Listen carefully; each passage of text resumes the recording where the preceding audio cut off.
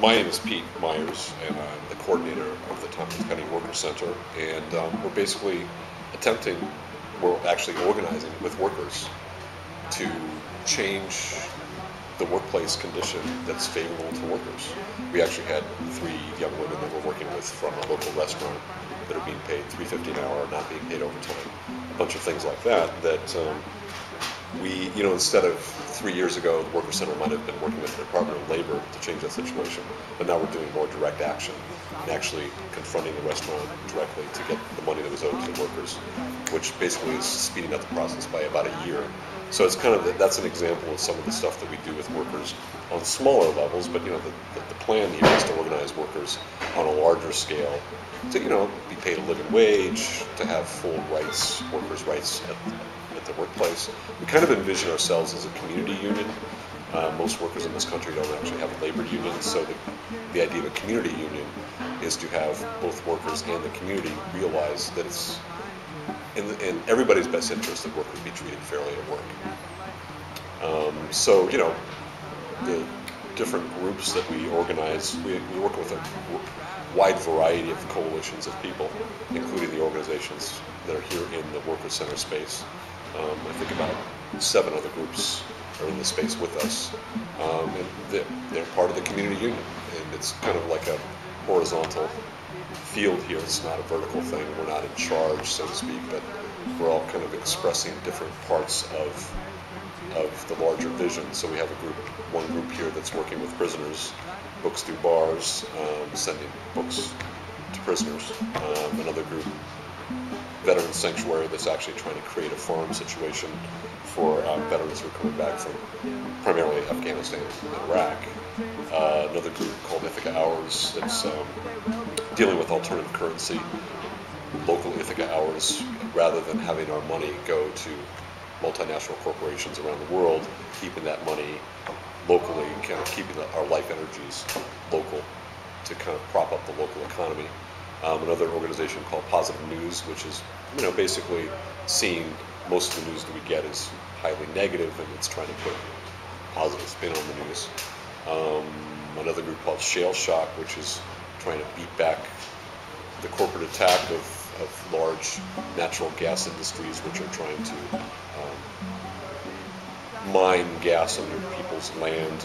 That's going to be very, very detrimental and kind of like poison our waters.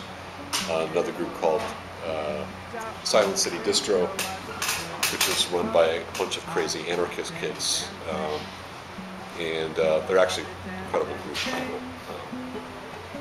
Give a good name to anarchism if there's a bad name that needs to be counteracted. And also another group called Overstanding Productions, which is primarily African American, attempting to lift up the abuses and oppressions that people are facing particularly in this community. The campaign really is creating this new model of a community union, which a lot of different things can feed into. And so we have this leadership group called Community Union Organizers, which are like people from different service and retail, like low-wage professions, restaurant workers, pizza delivery drivers, nursing home workers, and kind of like trying to organize across industries. And so we're empowering people rather than, we do what some people might call a service model of having a workers' rights hotline as a way to draw the general population in here.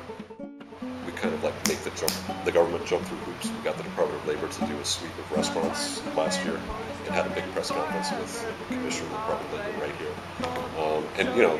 Which is huge for us in the perspective of people don't know who we are.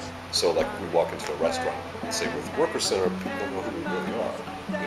They might think we can make the government happen if we want to, or we can make the community happen and do direct action, protest outside the restaurant, whatever else. But really, the idea is to build this up at a much larger level where we could mobilize a large group of people. This could be controversial, but it does really make a difference to have paid staff. I can tell you, I don't know what the Worker Center would be without, that presents certain problems to have paid staff too. It's like I have a disproportionate. I'm not the only paid staff. I have a disproportionate voice because I'm here, and I can afford to do this.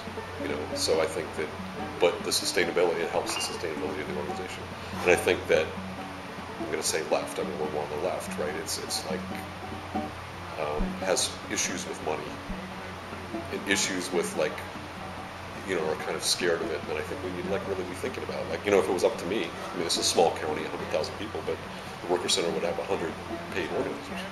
That's what it's going to take, because the other side has a lot of paid organizers. If we're going to really compete with that, we need to be thinking that. And I guess really in terms of organizing, you can't really hope to change things unless we get more of a critical mass of people involved at all levels. And for us, working with workers, for us to be doing workers' issues without the workers actually involved is absurd, basically. And we need to figure out how to actually touch workers' lives. And for me personally, kind of having come at this from more of an anti-imperialistic point of view and being a war taxist at one point, I thought that was going to be the movement that was going to change the world. And come to realize most people don't want to take that risk. So, working on issues, I haven't been to Haiti and Central America. People don't care about that either in the United States. So the way to get people in the door is by working on issues that, workers' issues, look at ways that people can make sense of. And I also think, for us, a success is, we're filling a need that isn't really being met by anybody else.